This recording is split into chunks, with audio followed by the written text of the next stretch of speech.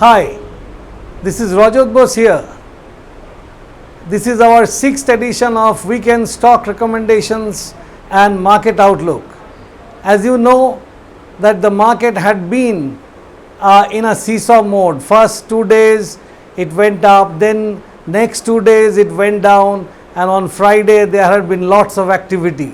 We are going to talk about a lot of things, and this is the summer season. We'll have pizza and a beer.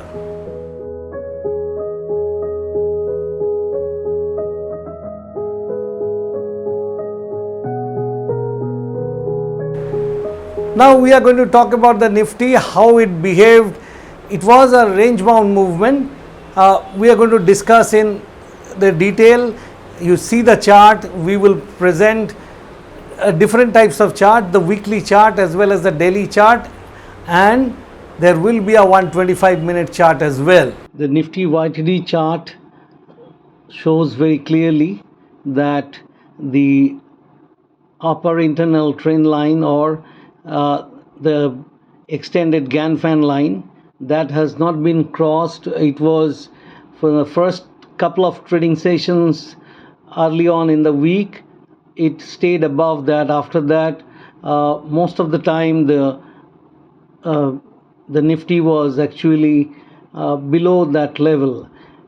However, one thing needs to be made very clear here is that I follow a principle that if the Bollinger Band upper standard deviation and the 9-day exponential moving average continue to encapsulate the price activity within them, then I would say that the uptrend continues. Intermediate uptrend is not under threat. What is happening is kind of a course correction.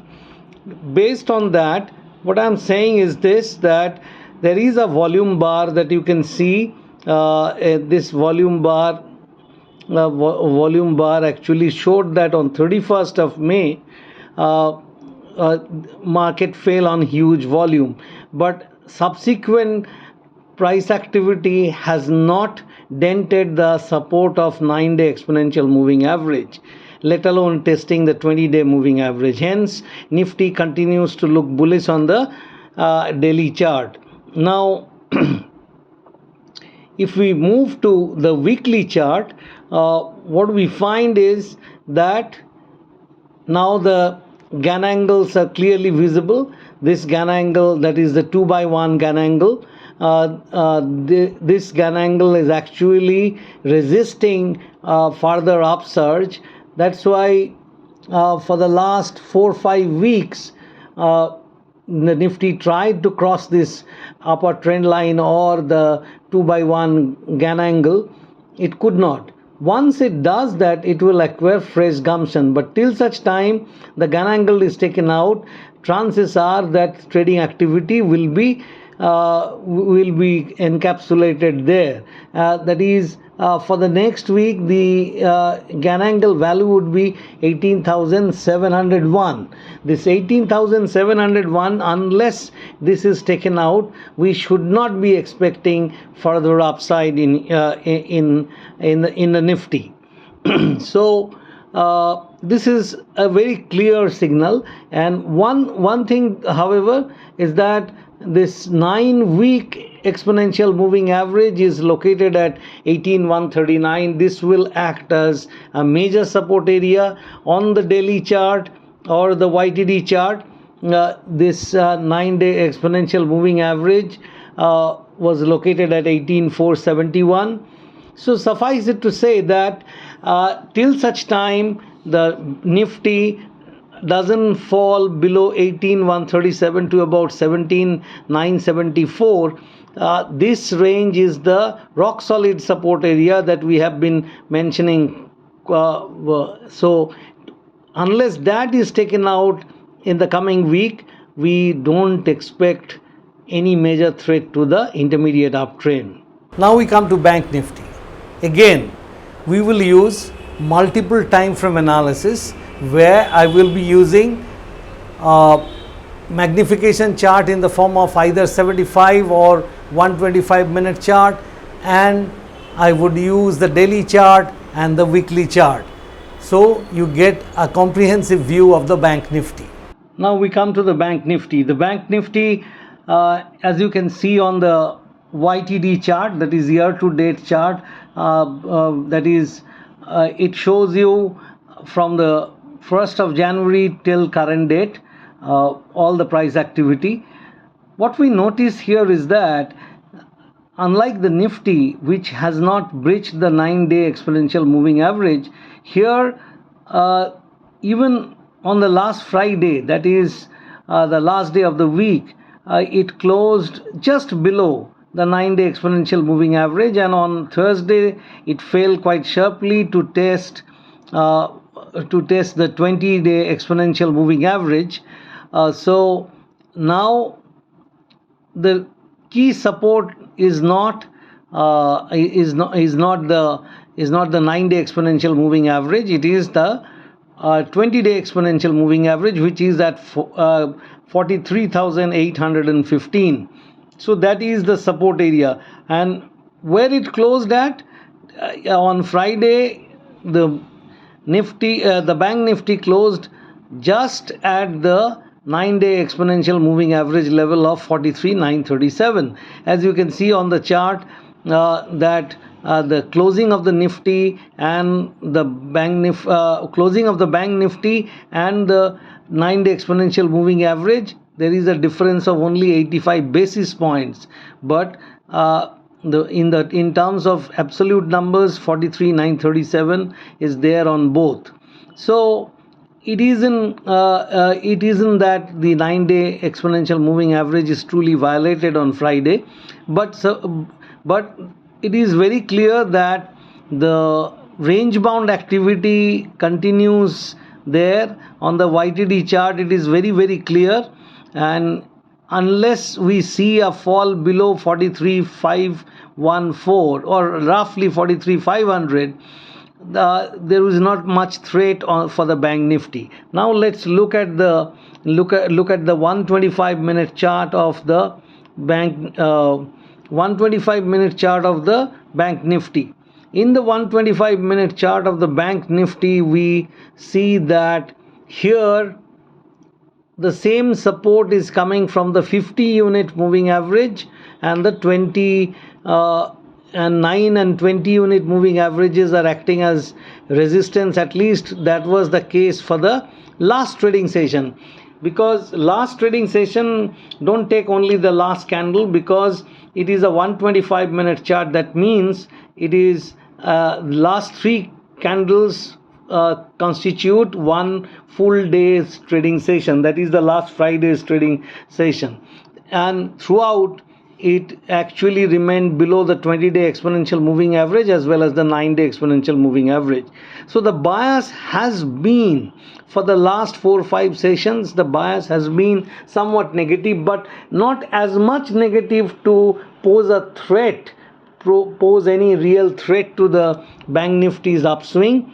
But now that it is testing the 50 unit moving average, if it were to sustain below that, then there would be some kind of a threat for the continuation of the Bank Nifty's uptrend, because as we can see on the chart, whatever that we can see on the chart here, which constitutes something from 17th of May onwards, we have not seen a fall below the 50 unit moving average. So if there were to be a fall below 50 unit moving average in this 125 minute chart, which this 50 unit moving average is currently located at 43,809, if this level is taken out, then there could be some problem, as we found in the daily chart, that 43,814 or something, that the 20-week moving average was located.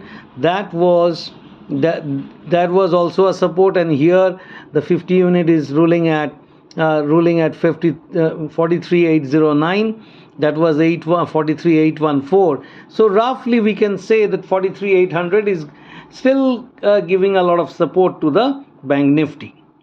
Now finally the Bank Nifty weekly chart, actually shows a red candle, some kind of a spinning top at the top. We need some confirmation, and here at least the 9-day exponential moving average needs to be taken out, which is again at 43,000 level, 43,067. If this moving average is not taken out on the weekly chart, the current uptrend doesn't suffer much of a threat. Well, we can't leave aside the CNX Midcap 100.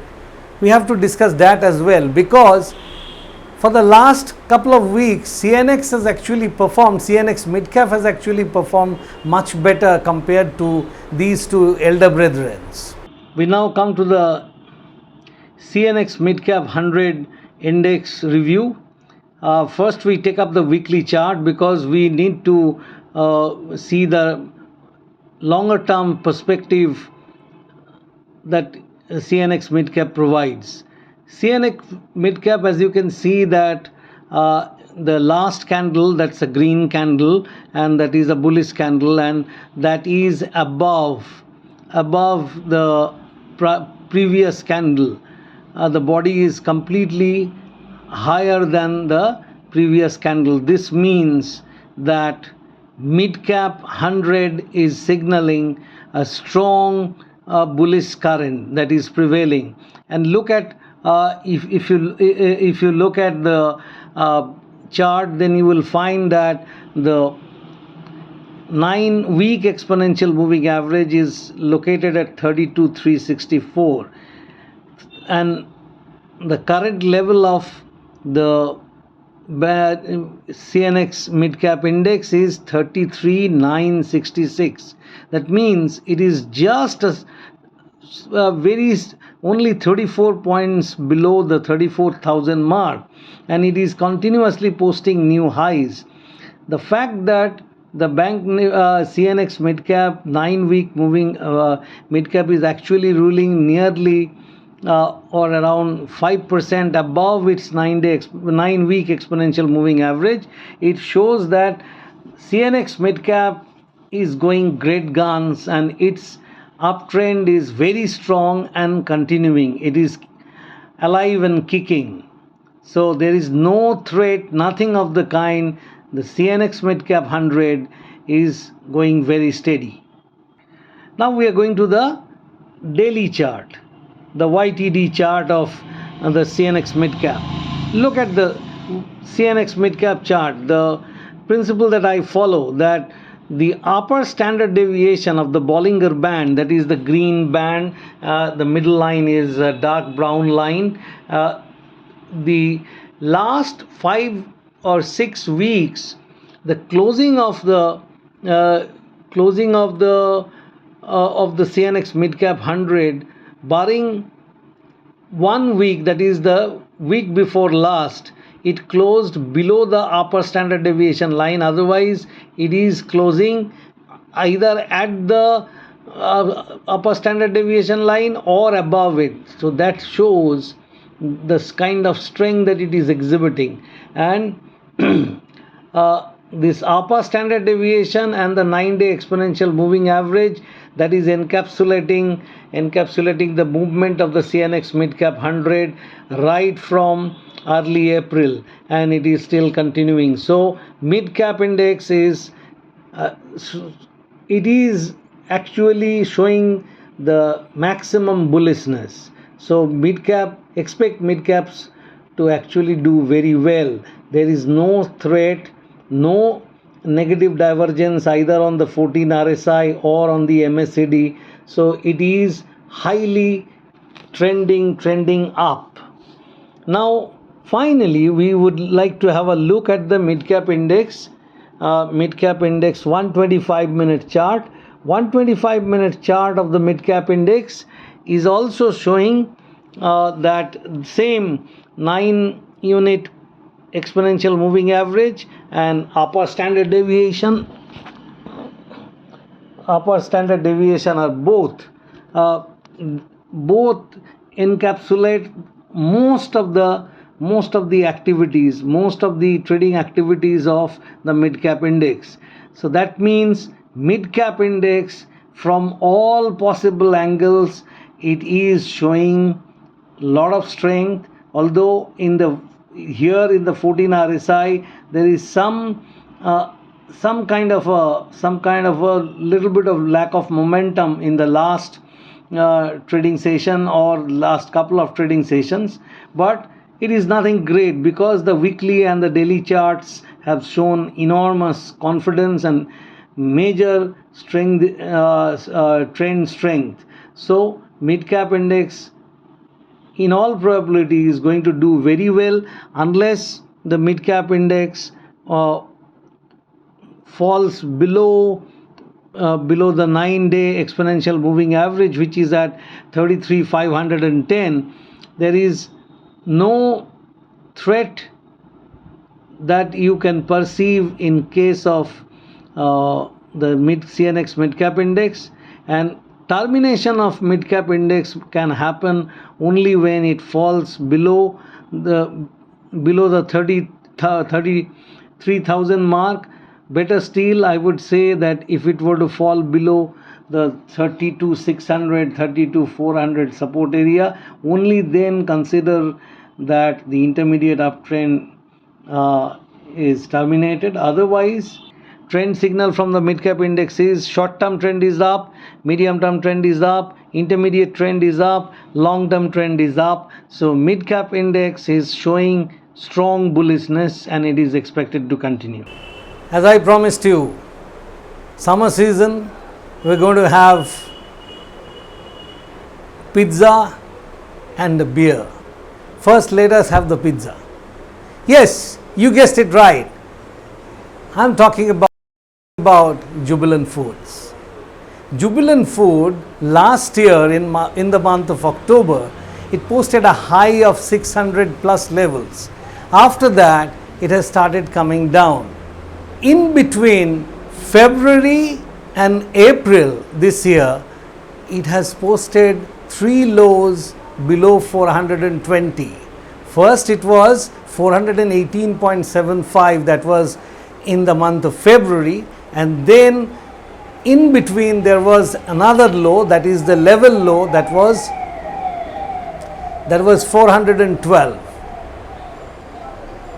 And finally, there was a low of 418.75. After that, Jubilant Food started moving up. And in the process, what it did, two things. Primarily two things. What are they? It actually formed a triple bottom. First at it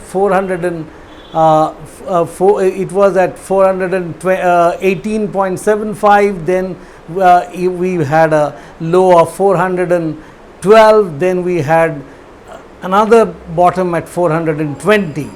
These three bottoms, after that there had been a consolidation.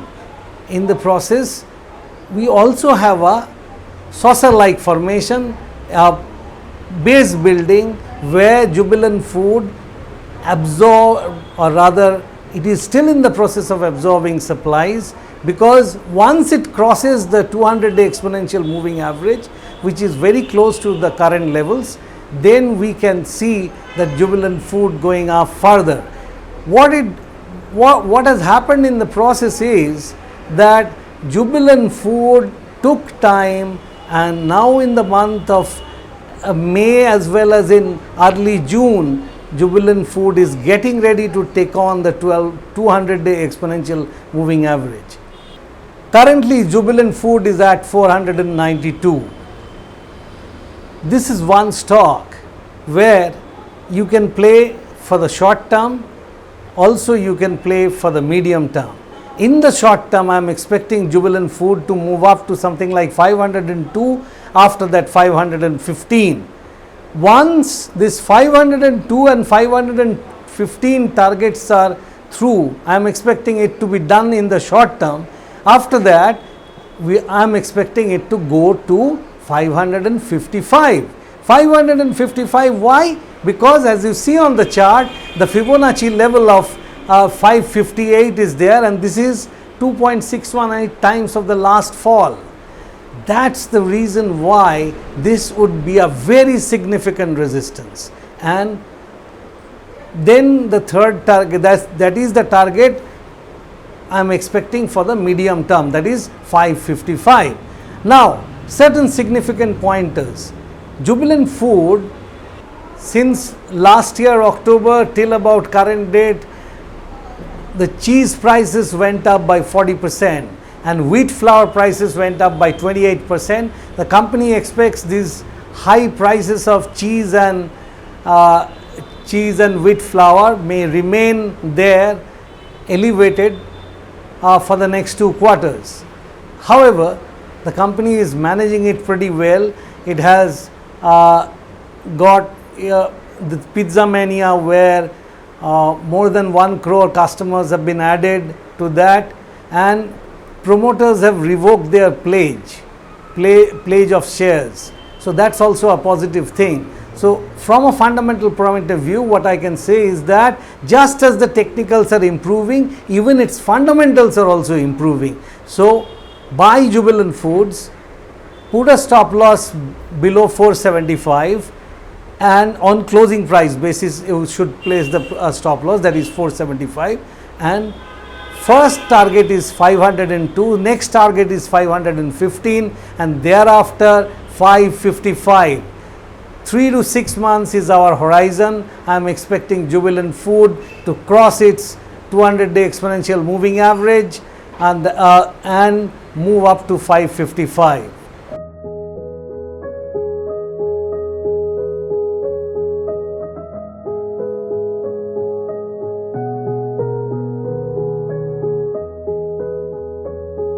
If you like my presentation, don't forget to press the like button.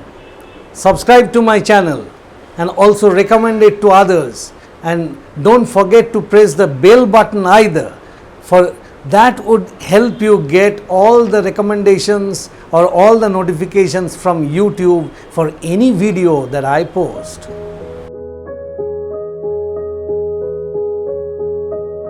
The summer is excruciating. Mercury scaling up to 40, 41 degrees Celsius. It's the time for a beer, right? So either you buy a beer can or you buy a beer bottle, but this is the time. You guessed it right. The stock I'm going to recommend is United Breweries.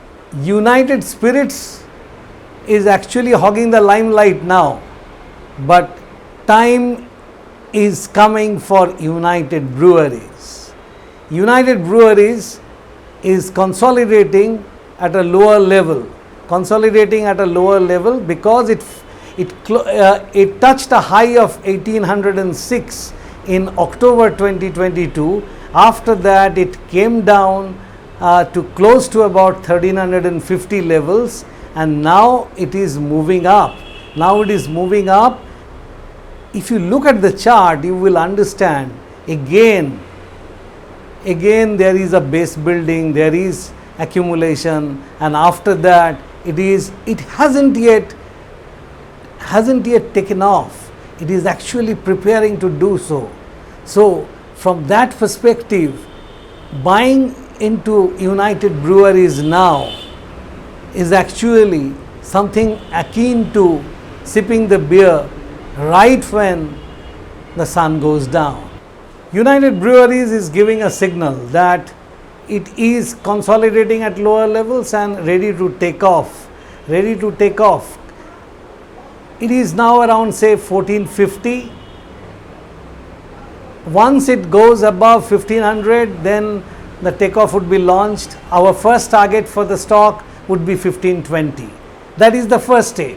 And the next step would be 1600, and in between it will also cross its 200-day exponential moving average, and by that what it does is that it would clearly give you the signal that it is headed for higher level. Suffice it to say that we would actually take the trade now for 1520 and 1600, these two targets, and we will put our stop loss below say 13.95 on closing price basis, but once the accumulation is through, in all likelihood United Breweries would not stop at 1600 because it started falling from 1800. So there is every possibility that over the medium term it can move further up. But we are banking on the base building, the accumulation, absorbing the supplies and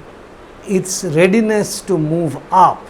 Now is the time to get into United Breweries. Thank you.